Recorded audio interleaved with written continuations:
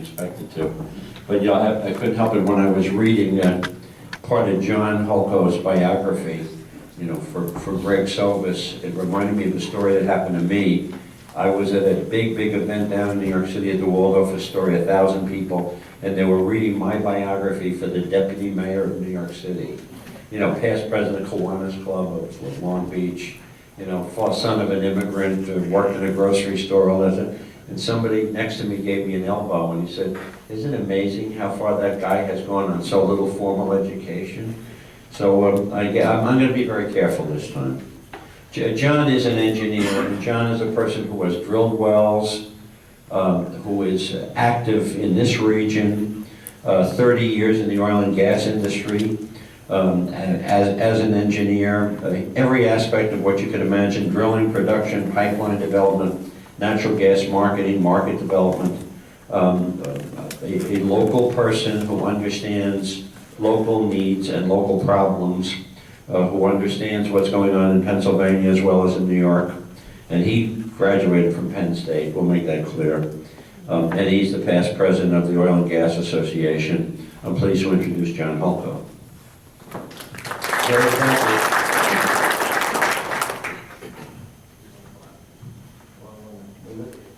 Hey, we're on a roll now.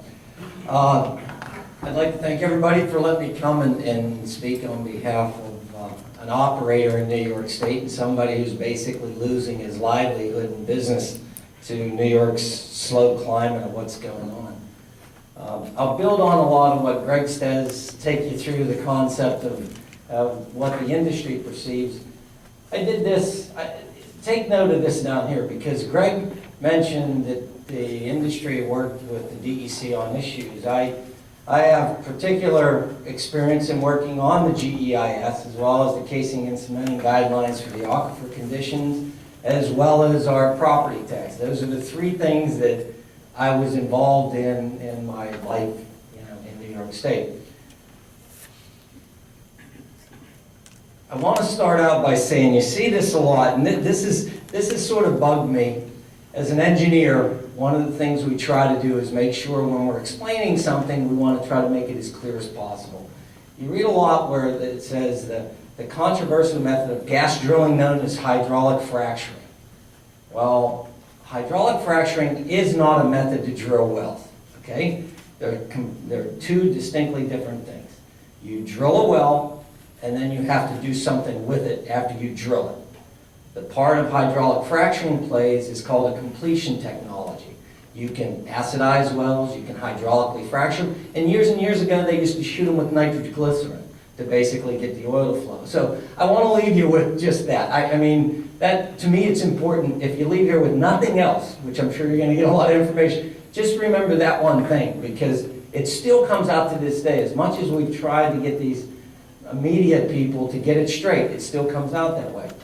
I want to start just to give you a little background where the industry comes from. We think of things in what we have to do. This is a presentation of the 2008 energy consumption in the United States. And you see a lot of right here, oil, natural gas, hydrocarbons play a big role. Okay, renewables, they're growing, but not a big number. You're talking roughly 60% of what we use comes from hydrocarbons. So they're important. We're going to have to get them somewhere. The industry, my industry, the oil and gas industry understands that. We bring that closer to home here in New York, you basically see the same thing. Not a big difference spread. New York is a big natural gas consumer. It goes to create electricity, it goes in industrial practice, home use, commercial use, everything. Natural gas is very important to New York State. So you can't take an attitude like you see in some respects where people come out and say, can't do it. No hydraulic fracturing. I will tell you standing here, it is very hard to get natural gas and oil out of the ground now, anywhere in this country, without hydraulic fracturing. Give you a little historical background. This really bugged me also when I read the judge's case, the judge's ruling in the Dryden case. He said this. He said, this provision was last amended more than 30 years ago, long before the potential use of hydrofracking to recover natural gas from the Marcellus Shale in New York could have been anticipated. Let me tell you, I started my career leaving Penn State in 1980, started my career in Bradford, Pennsylvania, working for a service company. So my job was drilling, cementing, and hydraulically fracturing wells. That's what I did. It just so happened that we did some work for the Department of Energy, okay? And NYSERDA, New York State's own energy research and development agency. They were, during the 70s, as you guys remember, we were running short on natural gas. Every utility commission, New York State Public Service Commission, PUC in New Jersey, PUC in Pennsylvania, were telling all the utilities, find gas, find gas, find gas. While the Department of Energy and NYSERDA said, hey, let's get on board. So they started looking for natural gas. What did they start looking for? Unconventional gas resources. This is the 70s and the 80s. The federal government, $156 million on this project, just to try to figure out if there's any gas out there. What you're seeing today in the development of the Marcellus and the Utica and all the other plays is the culmination of a joint effort by the government and finally industry and technology catching up to us being able to do it. The date on this map, 1980. Now you bring it forward to today, and I sort of funded huge projects. This group right here, I happen to work on these wells. They drilled wells in Houghton, Portville, over at St. Bonaventure. God, I can't remember all the wells we drilled, but essentially they were all Marcellus shale wells. Back then they were vertical wells, and typically we hydraulically fractured them using nitrogen, a foam frac. We felt that that was the way to basically, we thought they were low pressure, hard to recover the fluid, they'd be tight, couldn't get the fluid back, so let's use an energized fluid. We have since learned better. During that same time frame, in New York State, over in Springville, a gentleman by the name of George Mitchell, who you hear a lot about down here in the Barnett, but George Mitchell was drilling in New York State, and we were doing what was called massive hydraulic fractures in early 80s. The key to massive hydraulic fracturing was large volumes. We weren't doing them everywhere. So consistently, we were doing the 80,000 gallon frac jobs, 25, 30,000 gallon small frac. But we were doing massive hydraulic fracturing in the early 80s, using millions of pounds of sand, using 300 to 400,000 gallons of fluid per stage.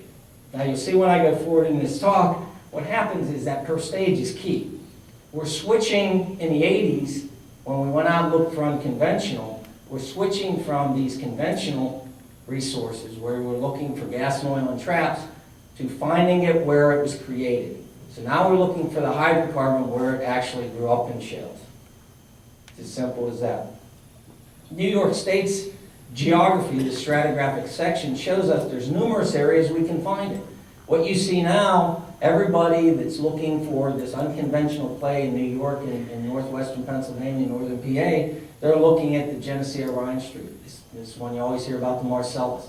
You come down here, and actually the Queenston converts into a shale, but you've got the Utica shale and the Trenton below it. The Trenton limestone in a lot of areas in New York State is a layered limestone with interbedded shales. It actually can be developed just like we're doing the unconventional work in the shales of the Utica and the Marcellus and the Rhine Street. So New York, as you can see from this, tremendous potential. Like Greg said, I mean, this is an opportunity New York can't pass up.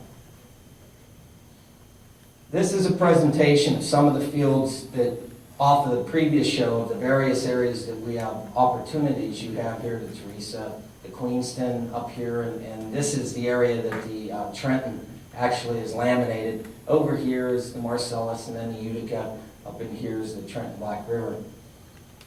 This is more a presentation of the two focus areas that we have, which is the Marcellus, here, the yellowish green, and then the Utica. And these are the areas that, you know, the primary development will start. Somebody asked in the previous talk yesterday of you know, where's it going to happen? Well, I think in New York State it's probably going to be focused in a limited area to start. And that's created by economics and everything else that's going on in New York. But how do we get it? What changed? What brought us to the point we are today in the industry? It's right here. It's the combination of these two things. Horizontal drilling, hydraulic fracturing. If it wasn't for those two things and the combination of those two, we wouldn't be anywhere. In New York State, like Greg said, what we've changed because we've gone to high volume hydraulic fracturing, we've developed the supplemental GEIS. And in that, if you read the document, it's a big doc, 1,500 pages. I'm not sure you want to read the whole thing, but if you don't, pay particular attention to these three sections. Greg mentioned Appendix 6 and 10, okay? Also, Chapter 7 has mitigation measures, okay, that talks about what to do when something happens, what they're looking at, what they're trying to mitigate, what they're trying to prevent. What you need to remember in the SGEIS, in the process we're going into now, if you're a municipal leader and you're involved in local government, there are two distinct areas that you are intimately involved even before an operator can get a permit.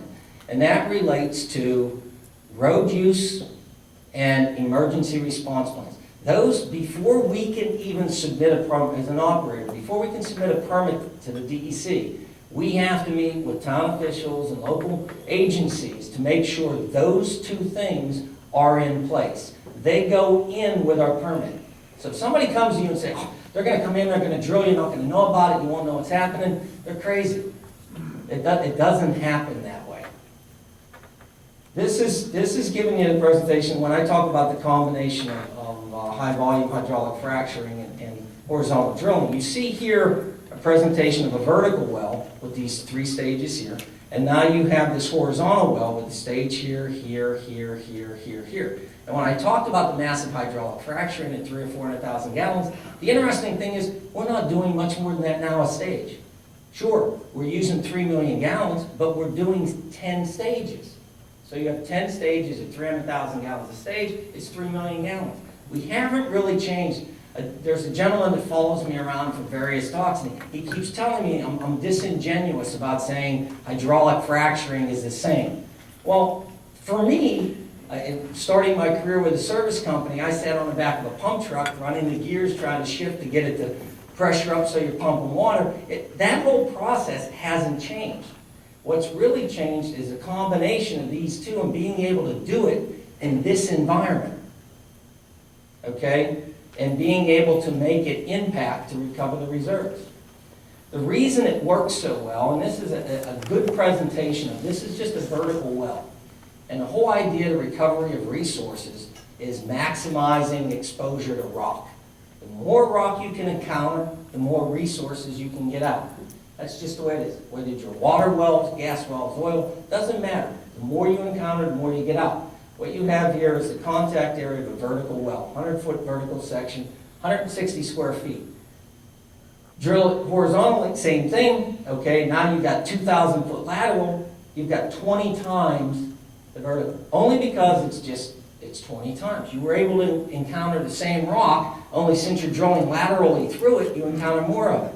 Now we add the concept of hydraulic fracturing, and look what happens to the numbers. So when we were drilling those old vertical wells in Marcellus, we were encountering 160 square feet of rock, right? Now, with the technology available, we drill a horizontal well, we hydraulically fracture it, and we get 957 times the exposure. Nobody, in my business today, in our recovery, what we are looking at is applying this technology to everything, because it's that simple. The more rock you expose, the more opportunity you create, the more resources you recover. And that's why, in my mind, this is one of the greatest opportunities this country has seen. Our ability to get this gas and this oil and this resource out of the rock it was created in with a technology that does this. How do we know what we're doing? We spend lots of money during the process making sure we're hydraulically fracturing in the right spot, making sure it's not growing out of zone, making sure we're not communicating with other wells. We use microseismic that analyzes where the fractures grow. There we go. In a vertical sense, what it's showing is we can also calculate, this is a representation of the groundwater table, and this is the fracture height growth in various wells drilled in Marcellus. You can see the difference between, I think this number here is about 5,000 feet. This very bottom here is 1,000. Most of this is probably averaging in a 500 or 600 range. So you're looking at 4,000 feet of vertical separation between the top of the fracture and the water table. And what happens is people say, well, you know, you're gonna frack into the water table. Well, in physics and in science, you pretty much can't. What happens is the fracture is defined by the stresses in the rock. And to make it simple, as you go deeper, the fracture direction, the fracture orientation goes from being horizontal like a pancake to vertical. So if somebody says, well, you can frack from 7,000 feet up, mathematics, science, and physics tell you you can't, because at some point what happens to that fracture is it lays over flat. It won't come up anymore because the stresses change in the rock. It can't get through it. The reason we're drilling in multiple wells from one pad, basically land use. I mean, like Greg mentioned, what you have is the ability to recover, like I said, a lot of contact area from minimal surface impact. The idea that the industry has is the less we impact on a surface, the more we get from underneath, the better the economics are. Everything's about economics and value and creating work and creating something in the future. Like Greg mentioned, what you have is you have these well pads, and this shows sort of 6 wells from each of these pads, 3 in this direction, 3 in this direction. But you have this exposure under the ground with the horizontal and the hydraulic fracturing, and these little 4 locations at the surface. To me, that's amazing. Being a mineral oil and gas guy, I look at, we're recovering, in the case of 2 640-acre spacing units back to back, we're recovering the resource from 2 square miles occupying 5 or 6 acres. That's just, think about that. Think about it. I mean, but in most cases, when you stand around, you look around, you can't see 2 square miles.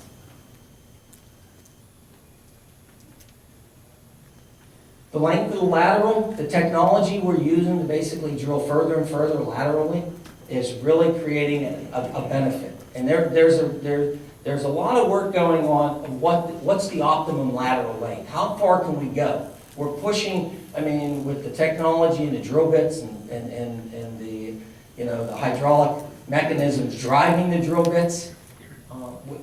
You've got people drilling 8,000-foot laterals now.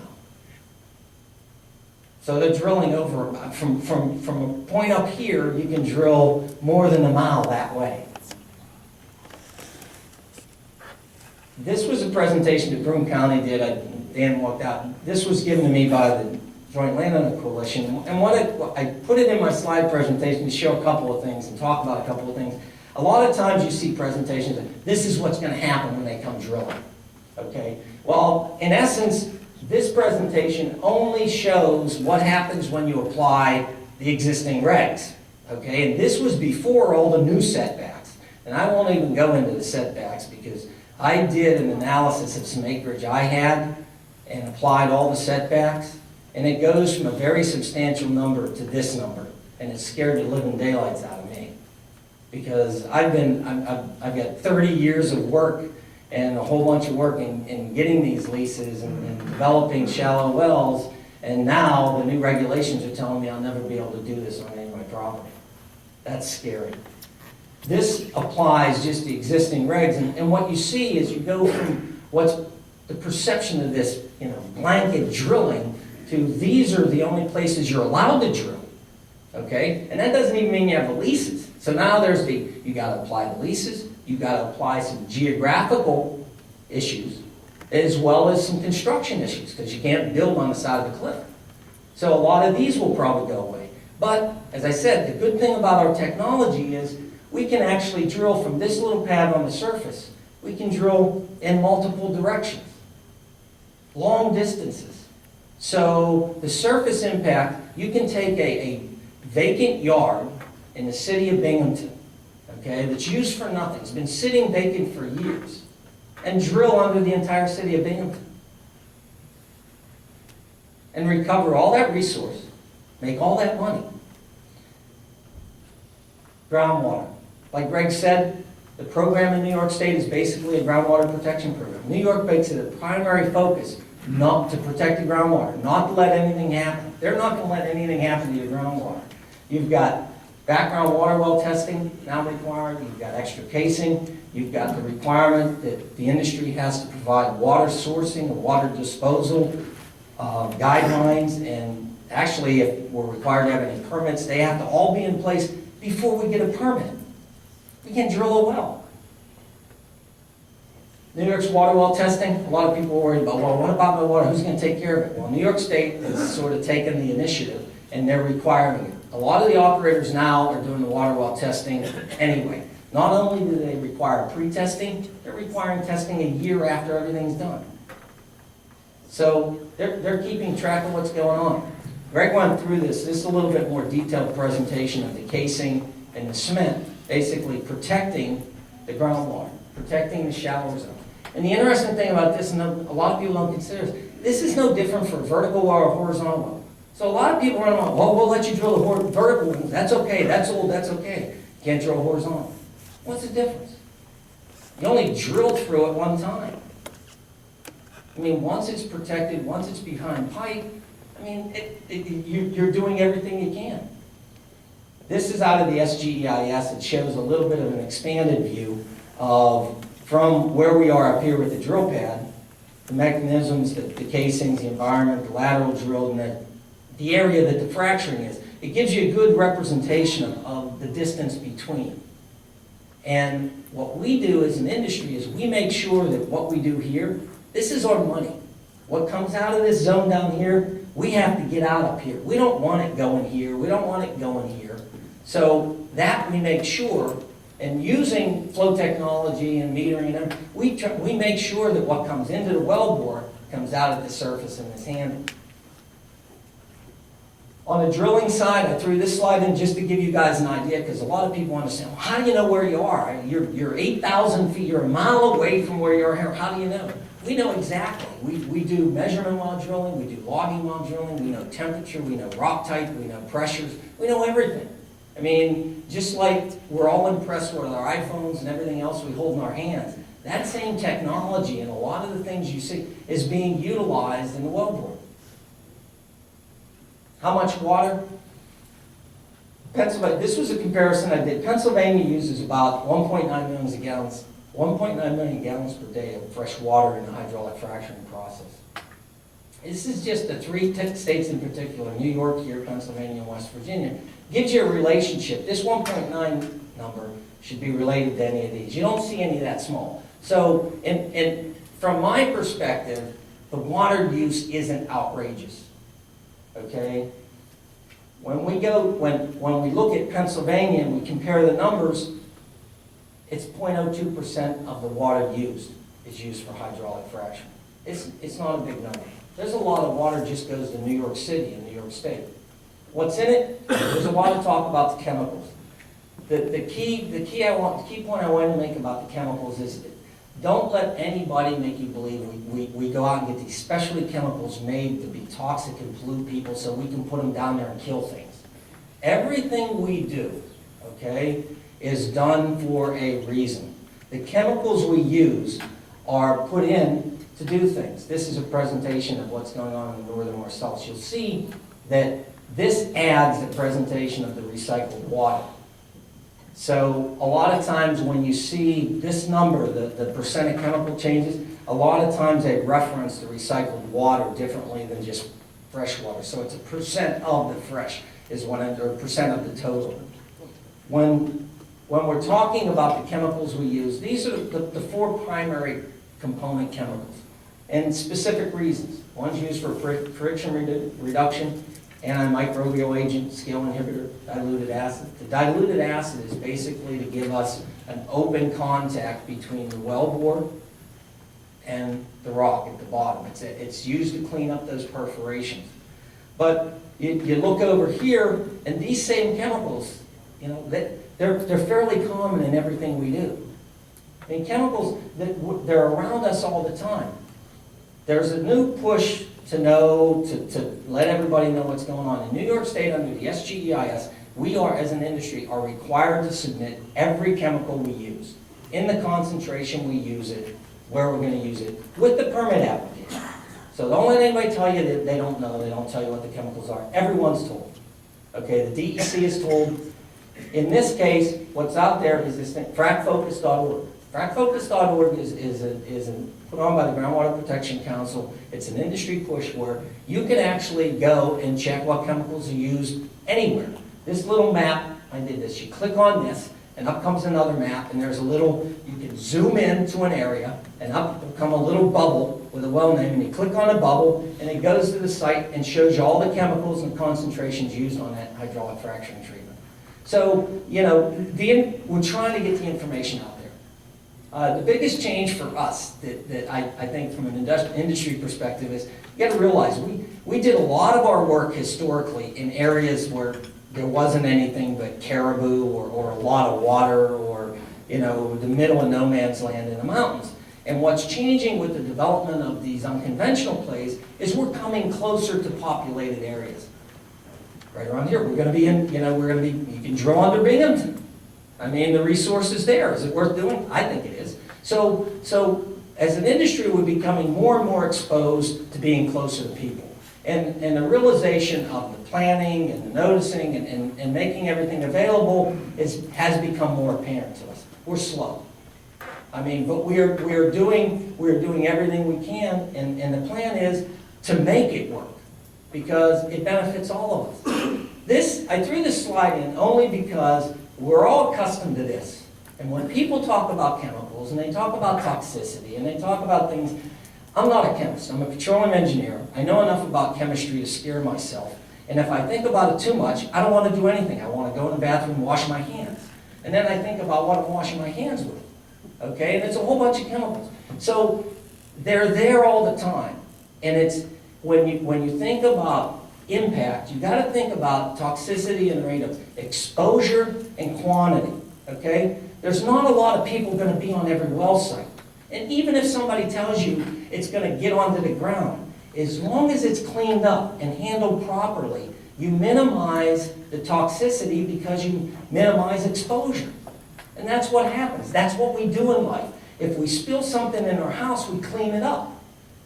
There's a lot of things in and around our house that can be toxic, but if they're handled properly, the toxicity is minimized.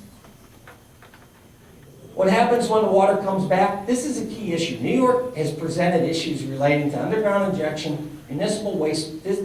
We have underground injection wells, and I just got an email yesterday. You know, there's 35,000 UIC underground injection wells in New York State. 532 Class 2 wells. 35,000 Class 5 wells. Know what a Class 5 well is? I didn't know this. Because I'm doing this, I'm starting to dig into stuff I never heard about. Class 5 wells are all the wells down around, you know, down in Poughkeepsie and those areas where they pump residential waste in the ground. They pump it on top of all the aquifers. They're worried about us polluting. I mean, there's no way I want to scare anybody, but I will tell you that this is probably one of the most highly regulated industries I've been in. And I go to these meetings and I get a lot of people to stand up and present and they say, you know, the antis will stand up in front, get up and they'll say, you know, they're exempted from all these regulations. And having been in the industry for this long, I can tell you, if this is exempted, man, I'd hate to be in a business that's regulated because I could never do it. I mean, I spend enough time just trying to fill out the paperwork with this business. But we've got hauling to municipal wastewater treatment plants. This is not going to happen unless they know what's coming and they know what's going out. That's the law. The speediest permits in New York require them to know what they're bringing in, and they have to meet requirements on the outset.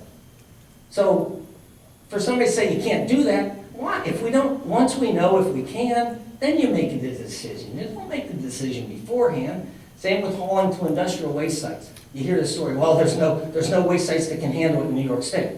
Well, there's no waste in New York State yet. So you can see there's a lot of businesses that pop up to do a lot of things once they happen.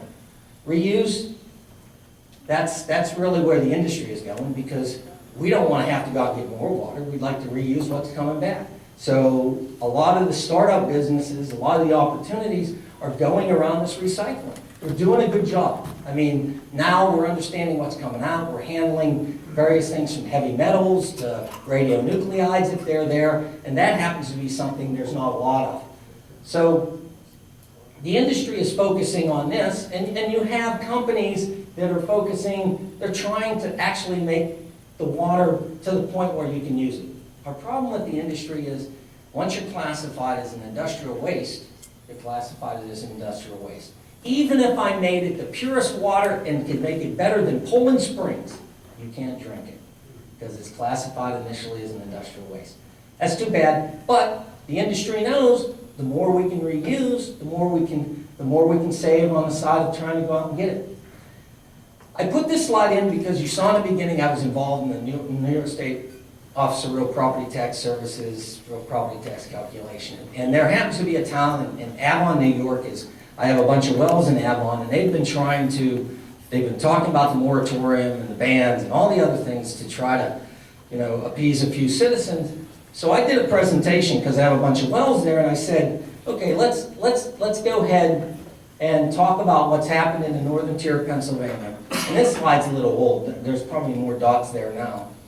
And I did an analysis, and I'm going to be upfront with you here. This number has changed a little. I think this number now is $9.30, right? Is that what it is? Something like that? $9.30. I'll get the exact number and fix this. But what I did was I took a well. I said to the town of Avon, I said, okay, you have a 9-acre garage or shop that I sell gas to. It's about a half a mile from Interstate 390. It's 500 feet from two 26-inch Tennessee gas pipelines. Now, anybody in this audience would think, if there's a place to drill a well, that sounds not bad to me. Close to an interstate, close to a pipeline, not far from water sources. So I said, let's take your 9 acres, let's create a unit, okay, of 560 acres, and let's go ahead and drill it. What happens is when we drill one well, okay, we get this kind of property tax. And these are real numbers. This is my most recent tax bill, and I know that because I get 32 of them for Avalon. So I know these are the numbers. And if you look, the big number down here, when we're paying $382,000 a year in property taxes on that production from that well, the big number goes to the school. I don't have a problem with that. I can't send my wells to school, but I don't have a problem contributing. What I did was I took it one step further and I said, okay, the town had 9 acres in the unit. Plus, since it's a 5-acre unit, let's drill 4 wells. So what happens when we drill 4 wells, we get $216,000 just to the town. And as you noticed from the slide before, the town taxes are minuscule. We get a total additional taxes of about $1.3 million for a total economic value going to that community from those 4 wells on the back lot of the town garage, a half a mile from Interstate Highway, and 500 feet from 2 26-inch pipelines that shouldn't cause a lot of problem to get connected. We get $1.5 million a year. I don't see this as a bad thing. I know that the city of Binghamton has a moratorium. And I drove through Binghamton the other day. I was going to take my daughter down there to look at the University of Binghamton. And I'm looking around. There's a lot of spots, from the oil and gas industry. I'm not a city driller, but there's a lot of spots down there that make nice drill pads. And if I could drill the whole city, you start running numbers like this, it makes a difference. It really does. And I don't think anybody's thinking about that.